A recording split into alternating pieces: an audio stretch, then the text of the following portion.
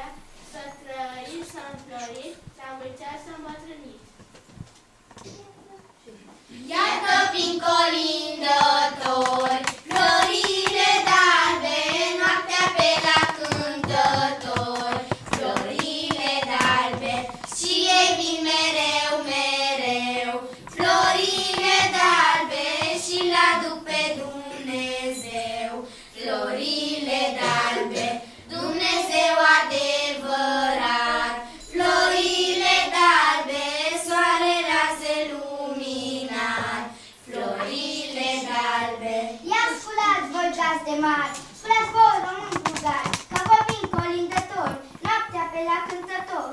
Veniți, veniți de sărbători, veniți, veniți cântând, să fie rodnic anul nou și pace pe pământ. Noi seara de Crăciun, noi seara de Crăciun, lăudăm pe cel prea bun, bun ești, Doamne, bun. Noi seara de Crăciun, colindăm colinduios, Domnului Iisus Hristos, bun ești, Doamne, bun. Noi seara de Crăciun, noi umblăm să împlinim obiceiuri din bătrâni, bun ești, Doamne, bun. Noi seara de Crăciun, obicei de colindat, pe la case de urat, bun ești, Doamne, bun. Noi seara de Crăciun, noi seara de Crăciun, lăudăm pe cel prea bun, bun ești, Doamne, bun, bun ești, Doamne, bun. Lasă-ne stăpâne în casă, că afară plouă de varză și plouă cu picurele pe la garduri de noiele. Stăpâne, de nu ne crezi, ieși afară și ne vezi. Nu ieși cu mâna goală, ci cu cârnăciori în poală. Că de-aseară colindăm, la picioare înghețăm, ne încălzim dacă ne aduci cozonaci și mere dulci. În ajun de Crăciun sună zurgălăi, iarna și-a întins aripa peste munți și văi. În ajun de Crăciun noi vom colinda, dar de flori până în zori în casa mea și a ta. În fiecare an, în prag de sărbători, în această zi de seară se aud colindători, răsună zurgălăi, iarna ca pare ger, colindul vechi ne aduce în prag, lerui, Doamne, ler. În ajun de Crăciun sună zurgălăi, iarna și-a întins aripa peste munți și văi. În ajun de Crăciun noi vom colinda, dar de flori până în zori în casa mea și a ta.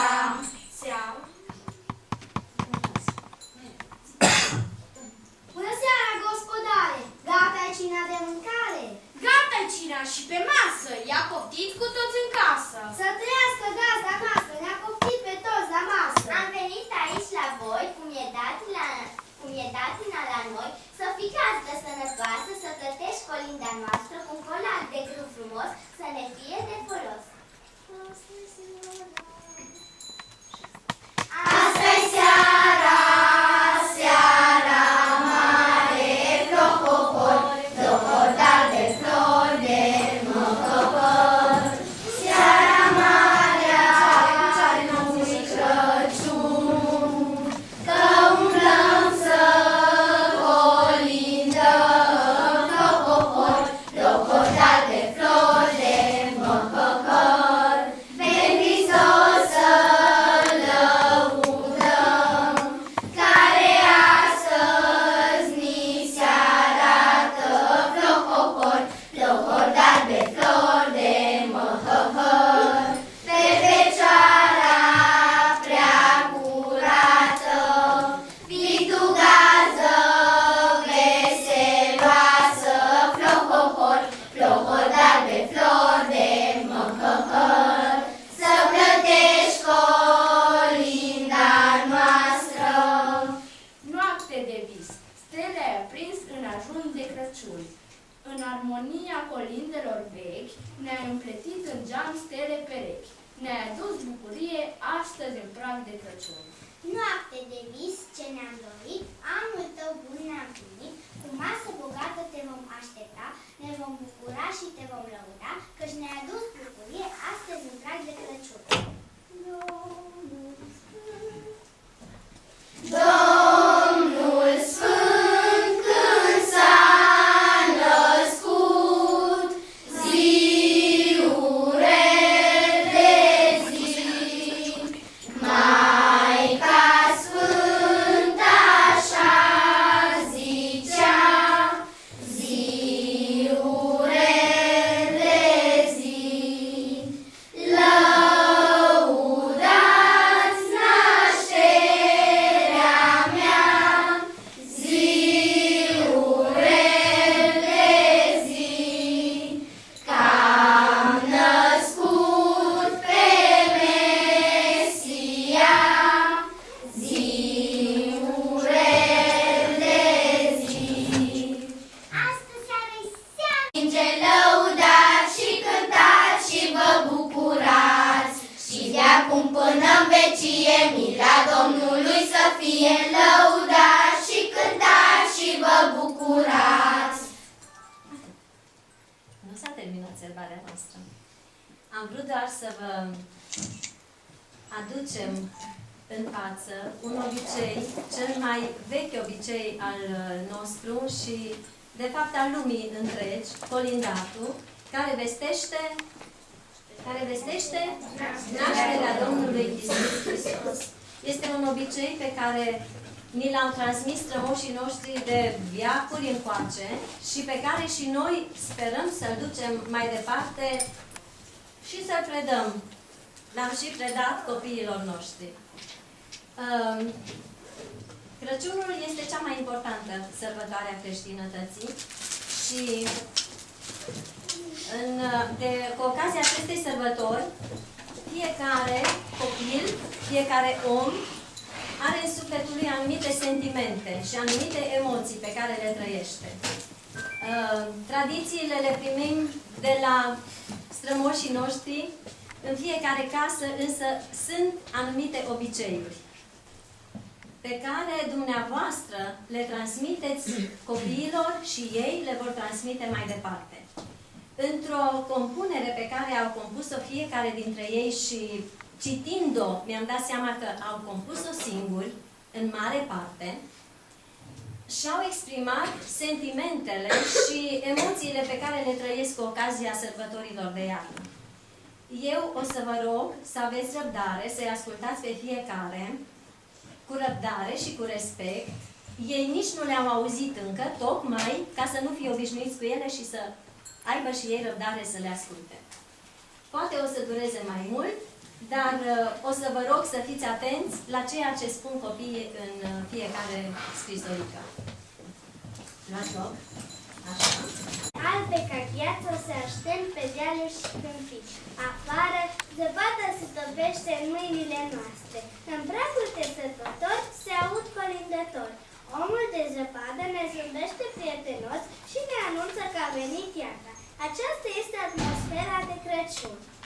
Eu și familia mea avem ocazii de bucurie. Ne strângem cu toții, discutăm, mâncăm sarmale și ne bucurăm de seara de Crăciun. Ea este o sărbătoare semn de cinste pentru Domnul nostru, Iisus Hristos, Fiul lui Dumnezeu. În acea seară vine Moș Crăciun și ne aduce daruri frumoase. Copiii se trezesc și privesc darurile primite. Se sărbătorește și în biserici pentru că a fost un moment dumnezeiesc nașterea Domnului Iisus Hristos. Sărbătorim o pauză după un an de lucru. Crăciunul este sărbătorit de toată lumea. Și în Ungaria, Italia, Moldova, etc. Orice țară ar fi, se sărbătorește Crăciunul. În timpul iernii, copiii au multe activități. Mersul cu sania, schiatul, aruncatul cu bulgării, copiii fac oameni de zăpadă și colindatul. Mai este o sărbătoare numită Anul Nou. Ea se desfășoară în luna decembrie, în 31 și Sfântul Nicolae.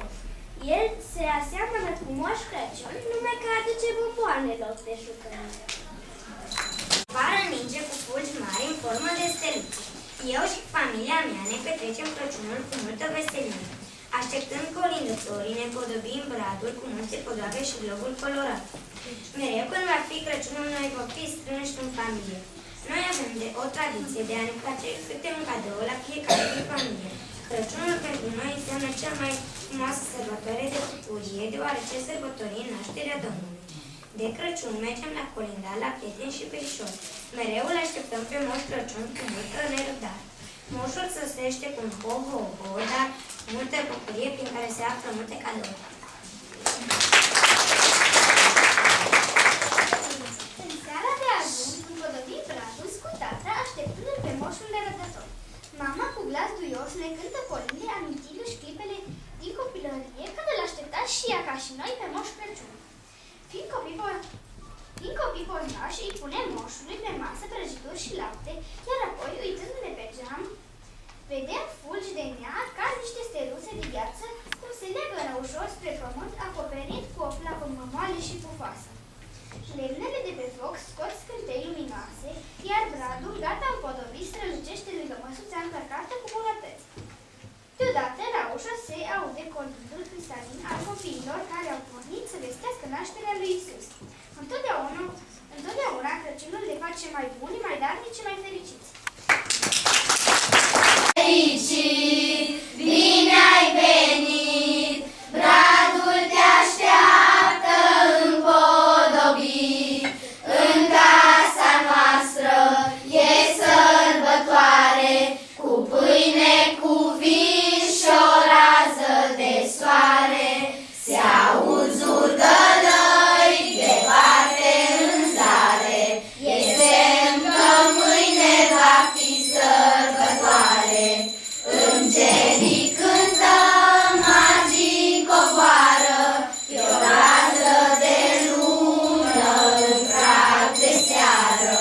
Crăciun fericit, bine ai venit, bradul te așteaptă împodobit.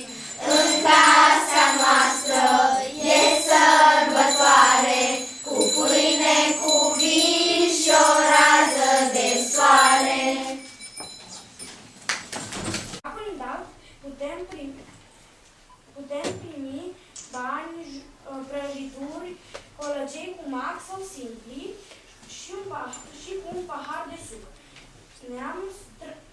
Ne-am distrat și bucurat de anodicul acesta. S-a înserat și ne-am dus acasă. Ce frumos este Crăciunul! În seara de 24 decembrie este ajunul Crăciunului. În această seară, prin casă se văd brăduții frumos împodobiți. Îl aștept pe Moș Crăciun ca vrea prăjiturele scoase proaspete din cuptor. Acum stau și stau. Afară se aud colindători. E noapte.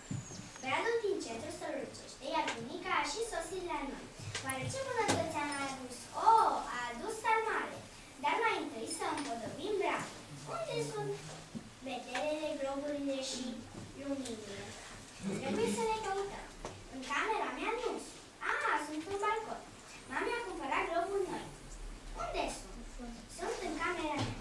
Ce frumoase sunt! Să împodobim bradul. Moș Crăciun trebuie să sosească. Mă uit la brad. Nu văd nimic. Mă duc în camera mea și mă uit pe geam cum ninge. Am văzut o lumină albastră. Cred că a venit moșul. Da, el este. Mă duc repede în sufragerie. Sub brad văd cadouri. Am avut dreptate. Moș Crăciun a venit. Vreau să despachetez cadourile. Multe mai sunt. Păi, am să despachetez ceva. Știți, mie cam somn. Cred că mă voi culca.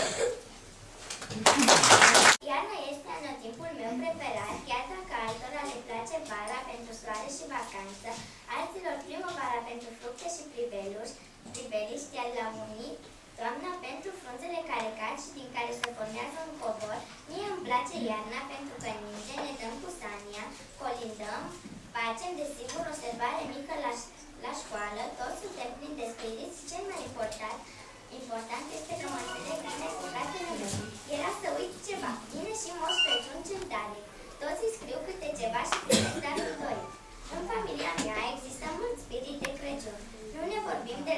rău, ba din contră ne facem cadouri și felicită. Primul fulg de nean înseamnă pentru mine dorința de a avea un Crăciun fericit. Fulgii de neam mă bucură tare, ei cad frumos și fericit, căci știu că ne vom juca cu ei. Vine Crăciunul și îi sunăm pe toți din familie și le urăm mulți ani fericiți. Când sărbătorile se apropie, eu și mama mea facem prăjituri, sărățele, cozonați, pe când tatăl și fratele meu se uită la televizor. Ce să mai zic, la școală e foarte frumos. Facem sărbări frumoase și de invidiat. Toți încercăm să o facem pe doamna învățătoare fericită la teste, dar câteodată unii nu respectă dorința doamnei. În final, vreau să vă amintesc, copii, să vă ascultați părinții și educatorii voștri și nu uitați, înțelegeți-vă măcar de Crăciun cu frații și surorile voastre. Crăciun fericit tuturor! Și deodată zâna iernii m-a luat în zbor pe aripile ei străvenzi. Era la fel ca în povești și basme pe care mama mea mi le citea în fiecare seară. Ea îmi prezentă întreg ținutul pe care a pus stăpânire, după care, pocnind din degete și un roi de fluturi albi m-au înconjurat. Fulgii începuse să zboare, iar spre surprinderea mea aveam aripi.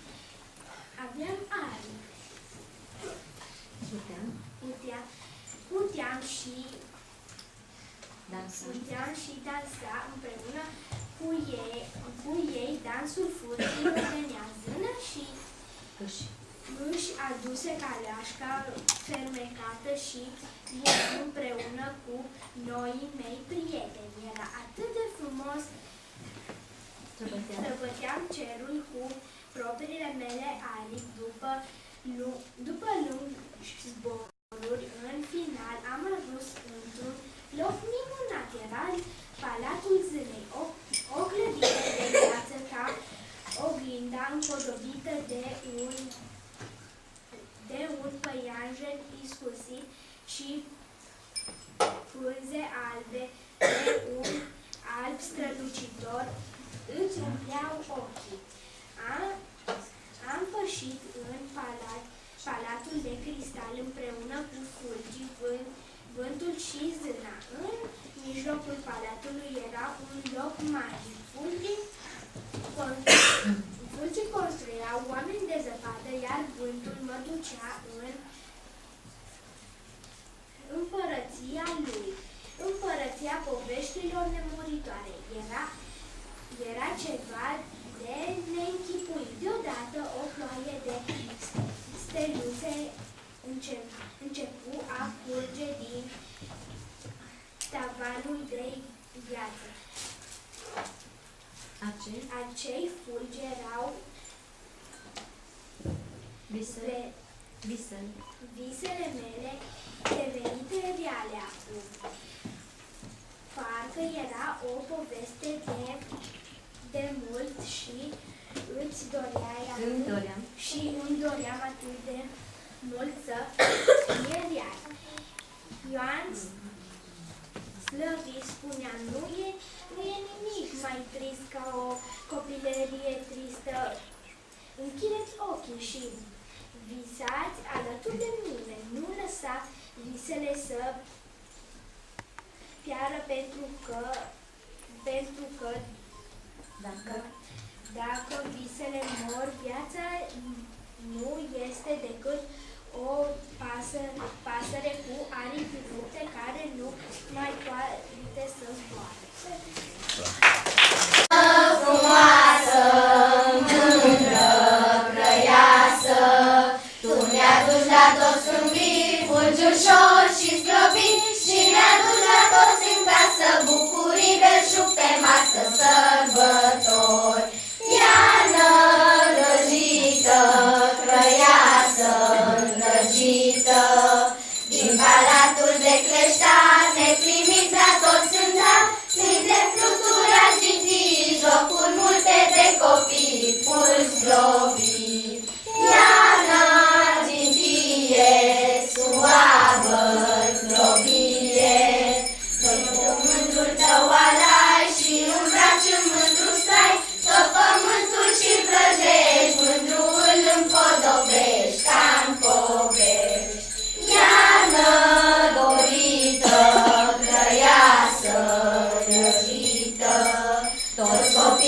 se îndrăgesc, doar la tine se gândesc, că l-aduci pe Moș Crăciun și mi-e bine în ajun de Crăciun. Iarnă frumoasă, trăiasă, aleasă, tu mi-aduci la toți în vii, multe bucurii, o colindă strămoșească și urarea românească la mulți ani. V-ați plictisit de cântat? Iarna, voi mergeam că mă văd pe mine și pe sora mea fericit în seara de Crăciun. Când ies afară, mă simt vesel pentru că mă distrez nemaipomenit, de mult jucându-mă în spatele casei. Atunci când stau în sufragerie lângă brad, trăiesc un sentiment de puțină emoție, pentru că este Crăciunul și surprinderea, pentru că nu știu cum a trecut așa de repede timpul. Acestea sunt sentimentele mele față de Crăciun. Vă urez tuturor un Crăciun fericit și sărbători frumoase în familie.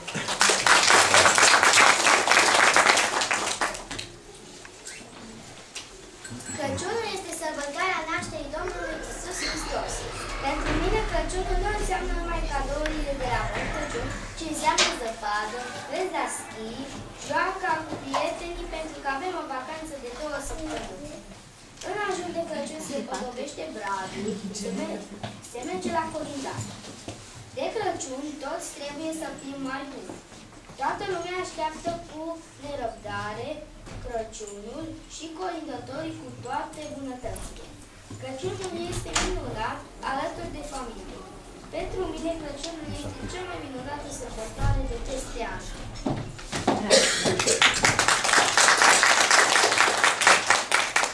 Crăciunul în casa mea. E mult așteptatul Crăciun. În familia mea, Crăciunul nu e doar o sărbătoare în care primești cadouri, ci o sărbătoare în care ne dăm seama că a mai trecut un an de când e. Noi iubim Crăciunul pentru că este sărbătoarea când este nașterea Domnului nostru Iisus Hristos. Știi? S-au întâlnit acasă. Bine. Noi, înainte cu o zi, împodobim bradul și îl așteptăm pe Moș Crăciun. Noi ne bucurăm când vedem darurile sub brad. Crăciunul înseamnă fericire. Mie îmi plac sărbătorile, dar Crăciunul este cea mai frumoasă sărbătoare din an pentru că îl sărbătorim pe Iisus Hristos.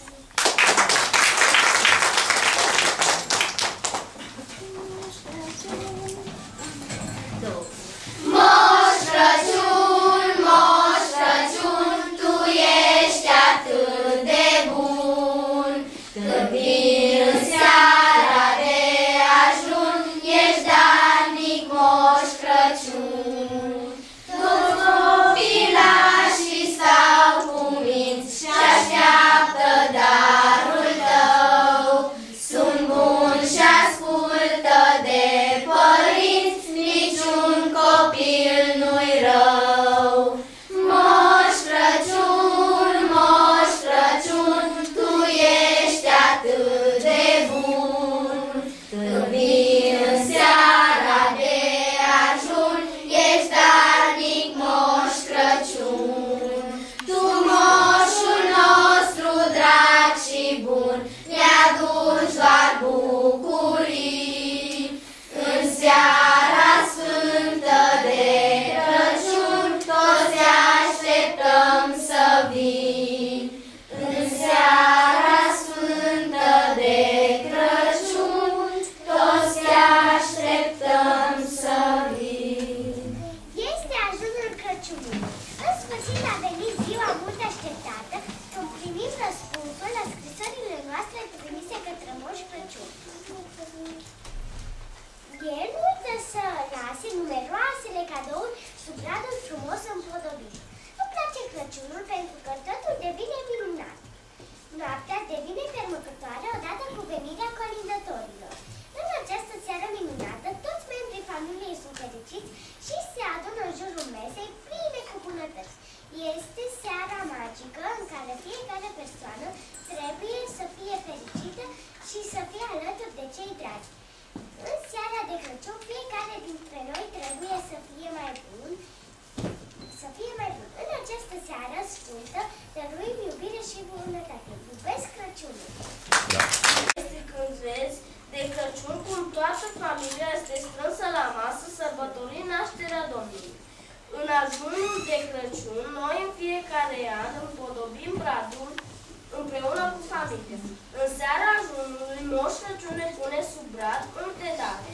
Ziua de Crăciun este cea mai frumoasă zi din an.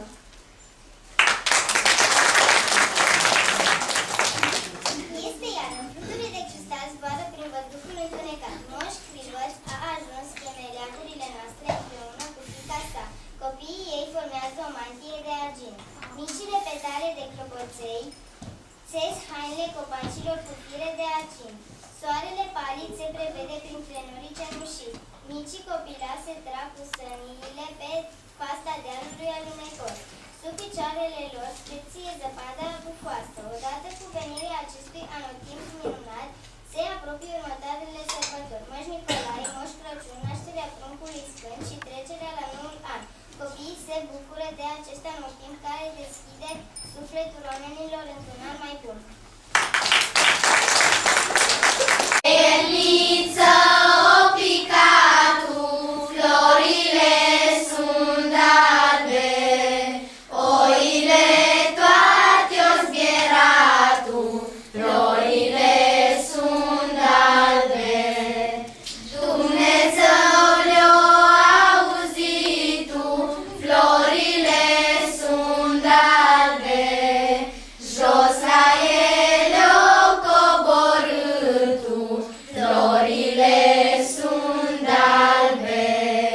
Pe o seară mândră de ceară, florile sunt albe, să culeagă flori de vară, florile sunt albe. Pe fuste de sângerei, florile sunt albe, să culeagă flori de tei, florile sunt albe.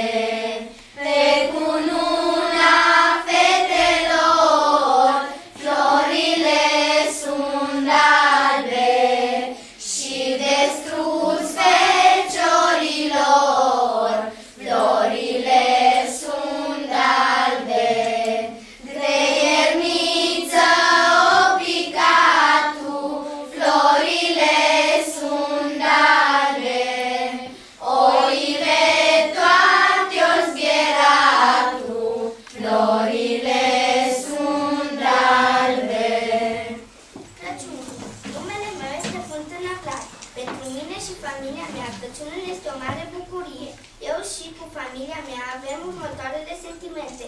Bucurie pentru că este multă să cadă bine Moș Crăciun și Moșul Nicolae. Am și sentimentul de iubire pentru că iarna ne aduce fulgi, dar și multe bucurii. De Crăciun nu contează numai să primești cadouri, ci să fii împreună cu familia ta. De Crăciun eu am sentimentele de veselie când mă duc să îl laud pe Domnul Sfânt colindând. Am și sentimentul de tristețe pentru că iarna nu durează la nesfârșit. Acestea au fost sentimentele mele despre iarnă și am să scriu câteva versuri despre iarnă, cea cu multe bucurii. Iarna cu multe bucurii, cu fulgi ușor și sclobii, și l aduci pe Moș Crăciun în ajun de Crăciun. Pentru familia mea, una dintre cele mai importante sărbători ale anului. Această minunată sărbătoare am primit-o întotdeauna cu multă bucurie, alături de cei dragi, acasă, în jurul bradului. Casa noastră a fost de fiecare Crăciun un leagăn de liniște și bogăție spirituală și materială. Am primit mereu colindători și la rândul nostru am colindat, cu fiecare colind cântat, simțind o purificare a sufletului. Știind că de Crăciun fiecare creștin trebuie să fie mai bun și mai iertător. Casa noastră este inundată de mirosul sarmalelor și al cozonacilor pe care bunica îi pregătește. De asemenea, suntem fericiți cu ocazia acestei sărbători, deoarece primim cadoul de la Moș Crăciun, iar tata ne plimbă cu sania. Crăciunul este cu atât mai frumos dacă este împodobit cu zăpadă. Seara Crăciunului nostru, seara Crăciunului nostru, mare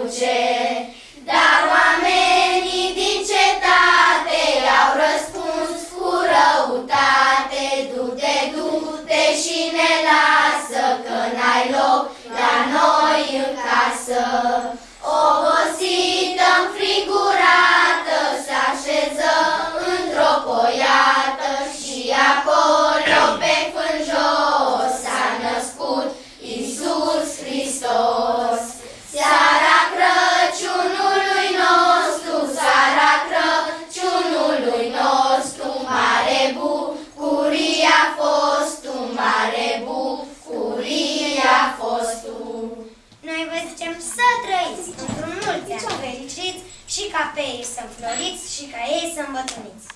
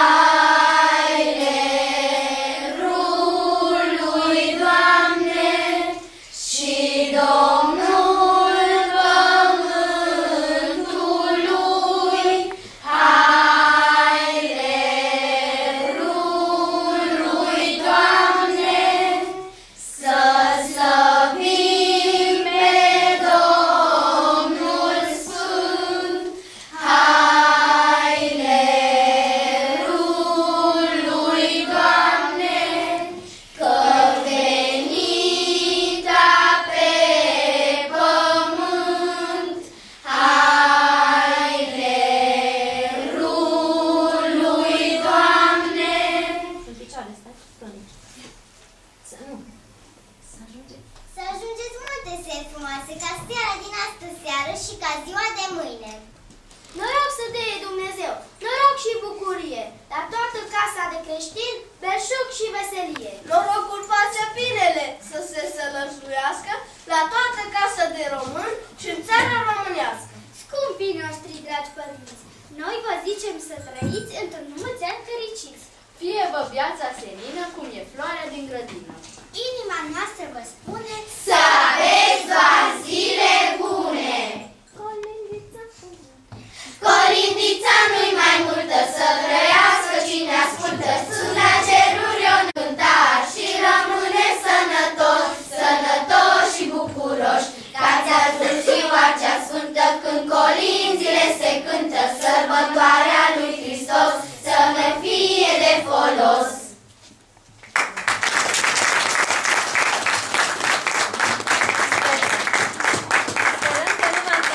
Cu atâtea colinde, am învățat atâtea în ideea în care preluați și dumneavoastră de la noi și colindați și dumneavoastră aceste colinde. Chiar dacă am mai falsat noi pe aici pe acolo, dar așa. Înainte de a încheia, aș vrea să vă spun că înainte de plecare, să citiți de pe panou, dacă doriți să auziți ce scrisoare au trimis copiii dumneavoastră moșului.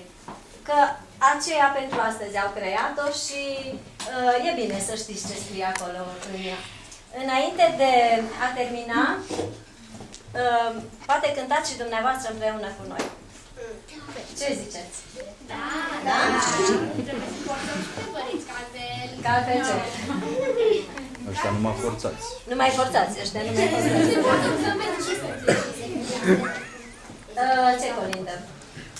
Trei păstori se întâlniră, aceste colinzi minunate. Moșul a trecut pe aici, dar fiind foarte, foarte multe sărbări, ne-a lăsat nouă părinților să vă dăm ceva din partea lui. Vă mulțumim încă o dată din suflet pentru tot acest spectacol. Vă invităm și pe voi să gustați, că cred că v-au salivat. N-ați putut să vă concentrați din cauza mirosului, a fost foarte frumos totul. Care e pentru fete? Deci fetele să vină, că avem... separat. Da, exact.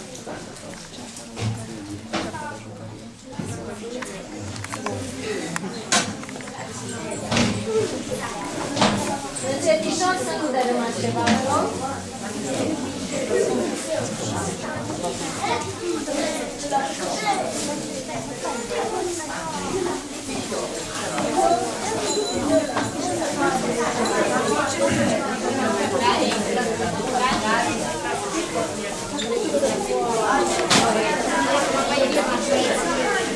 Băieți, au crezut că rămân fără băieți.